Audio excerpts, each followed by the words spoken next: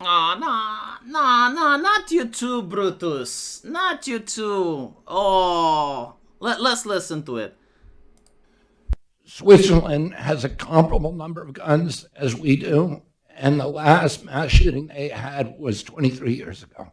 We're having mass shootings every 23 hours. Oh, there are many, many things that happened in the 1990s that could explain these. One is the dependence on psychiatric drugs, which is in our country is unlike any other country in the world. It could be there could be connections with video games. Oh, no, Carl, no, Carl. Oh, video games.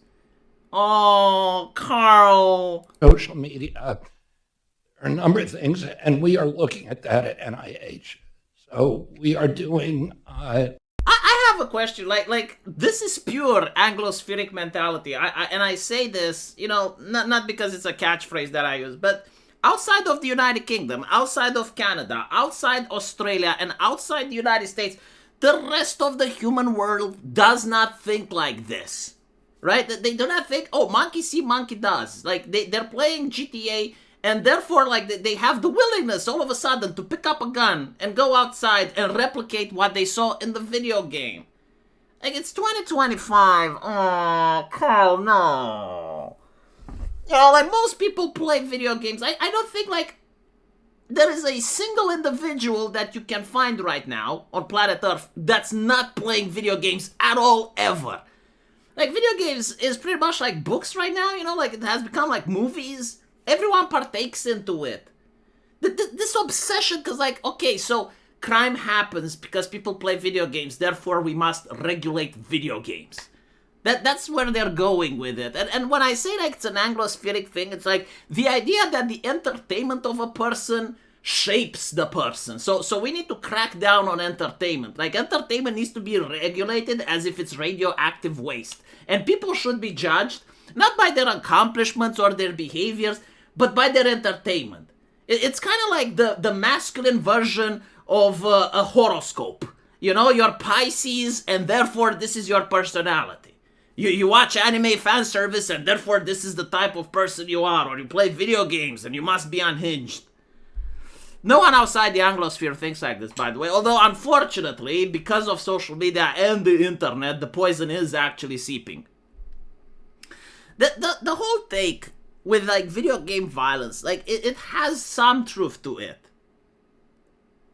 What I mean by this is like if you have a very young kid, right, and he watches Tom and Jerry, let's say he's 4 or maybe 5 years old, and sees in Tom and Jerry that Jerry picks up a flower pot and drops it from the balcony and hits Tom in the head. And Tom has like this big lump growing in his head, right, and he's dazed, and it's a gag.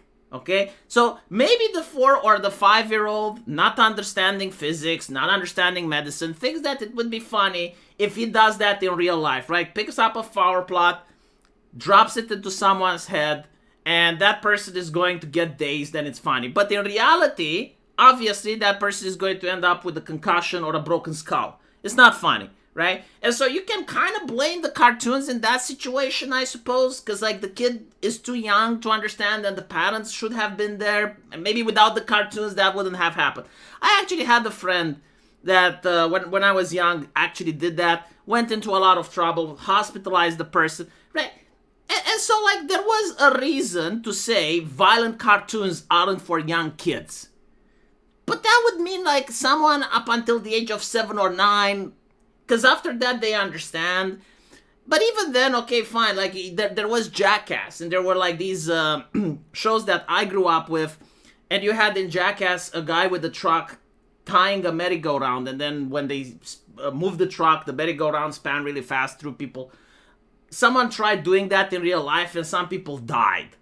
But like I would say that's natural selection, because at that age you're supposed to know, right? Like at that age, it's not like you're the innocence of a child. Even if you're under 18, when you become a teenager, you're like I knew, okay? If I knew, I expect other teenagers to know as well.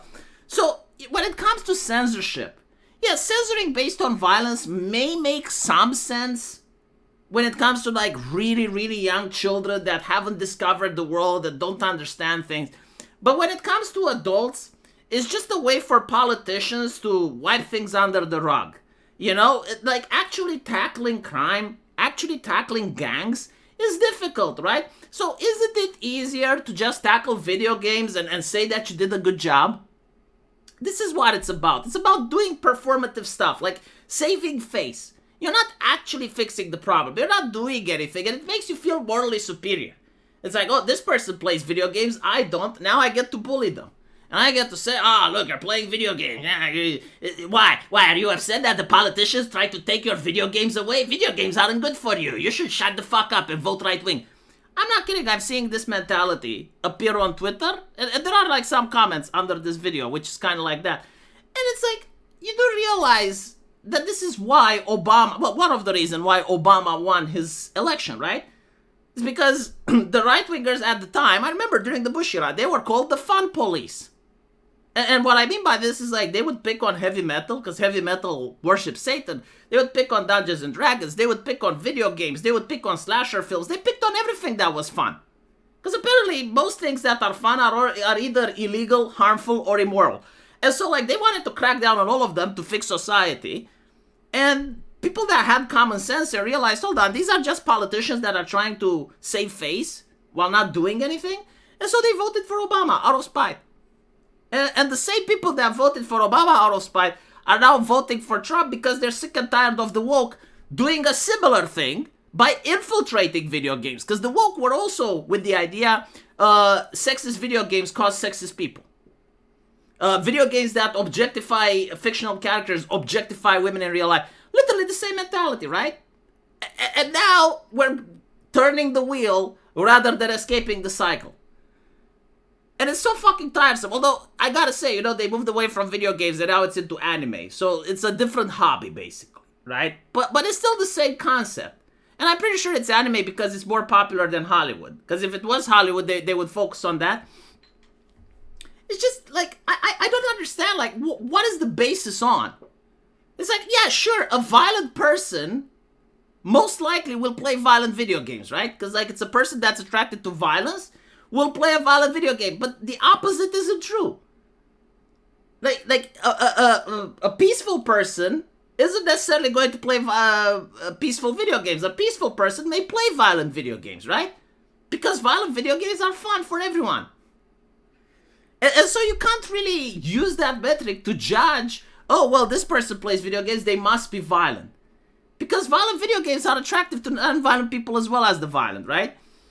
And so, if it was true, wouldn't the army actually get people to play video games all the time, every time? And before I find out that the army actually does that. I think they do it with ARMA, actually, but it's not to make people violent. It's to get people to understand the military jargon, communication, and battle simulations. I heard rumors about it. I don't even know if it's true.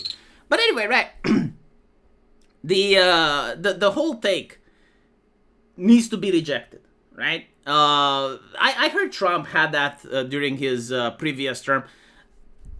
There is absolutely no justification for censoring hobbies. None whatsoever, especially with this trivial shit. And especially not in 2025, right? To be fair, he said may, right? So he used the weasel word. But like, come on. No. The reason that America has so many mass shootings is that, first of all, look how much money was pumped into anti-racist training. What does anti-racist training do? Well, it tells the cops that they shouldn't arrest people, right? And so, obviously, you get more crime. You have legislation, like in California, where if you steal less than $1,000 worth of good, it's a misdemeanor rather than a felony. And you have, like, the mainstream media constantly, nonstop, delegitimizing the cops, demoralizing the cops. And you have the fentanyl epidemic, and you have like people moving in without getting vetted or any type of check done on them, right? And so, yeah, obviously you're going to get more shootings. If you look at some of the recent ideological shootings that happened in schools, it's because on Blue Sky and on Reddit, people were being pushed into this extremist ideology that misgendering is genocide. And that if you don't get your identity validated, you're being genocided. Like, I think that is a little bit more extreme than video games, right?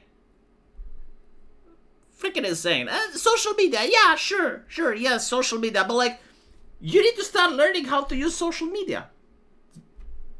It's not going to get better, right? It's going to get worse. I mean, it's kind of like blaming the telephone. Like, people start using the technology once it exists. You can't ban it. Anyway, right, let me know what you guys think. And as usual, I will see you in the comment section. Take care.